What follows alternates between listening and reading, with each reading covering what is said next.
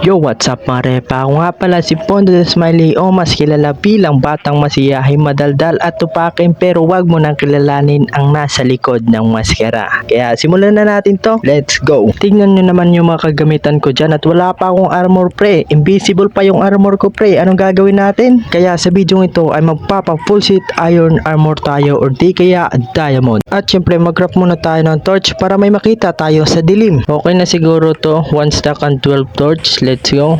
Maghanap na tayo ng cave para ma-explore natin. Yun wala pang 5 minuto nakahanap kagad tayo ng cave. Iwan ko kung malaking cave ba to, pero explore natin, try natin mga pre. Let's go. Iron agad ang sumalubong sa atin mga repa. Kaya kunin muna natin to. Let's go.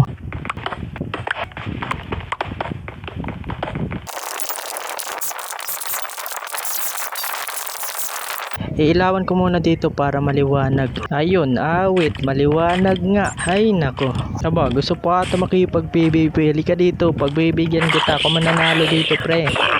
Ano? Abay, pumapalag na kayo sa akin ha. So ayun, makakagawa na tayo ng full set of iron armor. So gawa na tayo ng chest and then leggings and boot. And last but not the least, iron helmet. So ayun, naka full set of iron armor na kagad tayo pre. Let's go.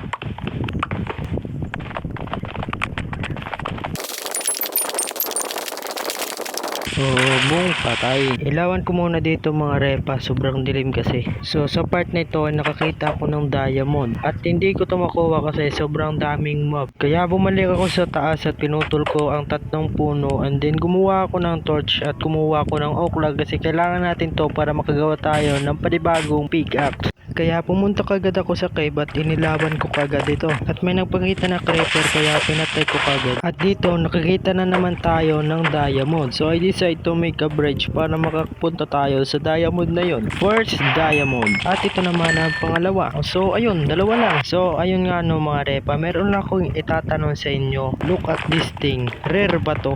First time ko pa lang kasi to makita. Kaya gusto ko lang itanong, rare ba to? I-comment nyo nga mga repa kung rare ba tong diamond na ito. Kaya ayun, binungkal ko na. Ayaw nyo kasi mag-comment. At dito, meron ako nakitang diamond kaso may bantay. Kaya lumayo ako para makita kung nag-despawn na ba yung creeper. Kaya kinuha ko na yung diamond.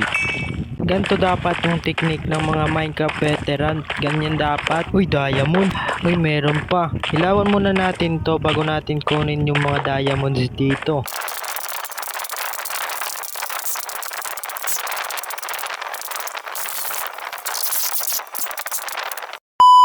So kunin na natin yung mga diamonds na nakita natin.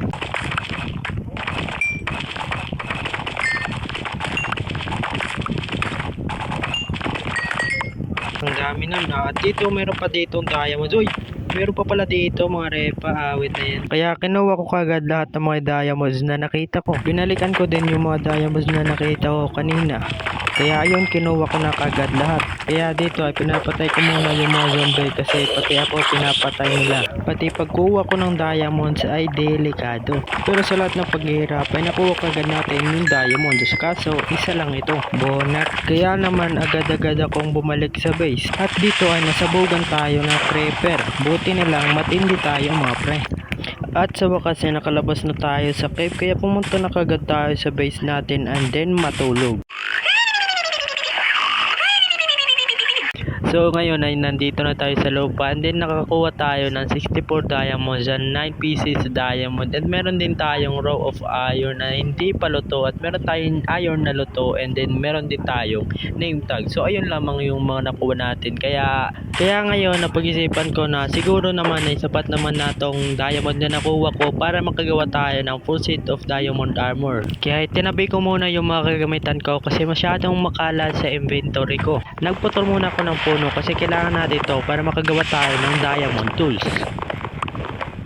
Kaya naman dito ay nag-craft na ako ng diamond helmet and diamond armor, pati na rin ay diamond leggings at diamond boots. Kaya nag-crafting tayo ng mga diamond tools. Kaya nga tayo kumuha ng oak log kanina. So ayun nga no mga repay, nasuot na natin yung diamond natin, which is meron pa tayong natirang 41 pieces of diamond. At hindi ko alam kung anong gagamitin ko dito, pero yun na yun. So ayun lamang po para sa episode na ito. Kung nag-enjoy man kayo or hindi, please leave a like and subscribe at click the notification bell para lagi kayong updated sa panibagong i-upload natin dito sa YouTube channel natin. Kaya let's go, bye bye and God bless you.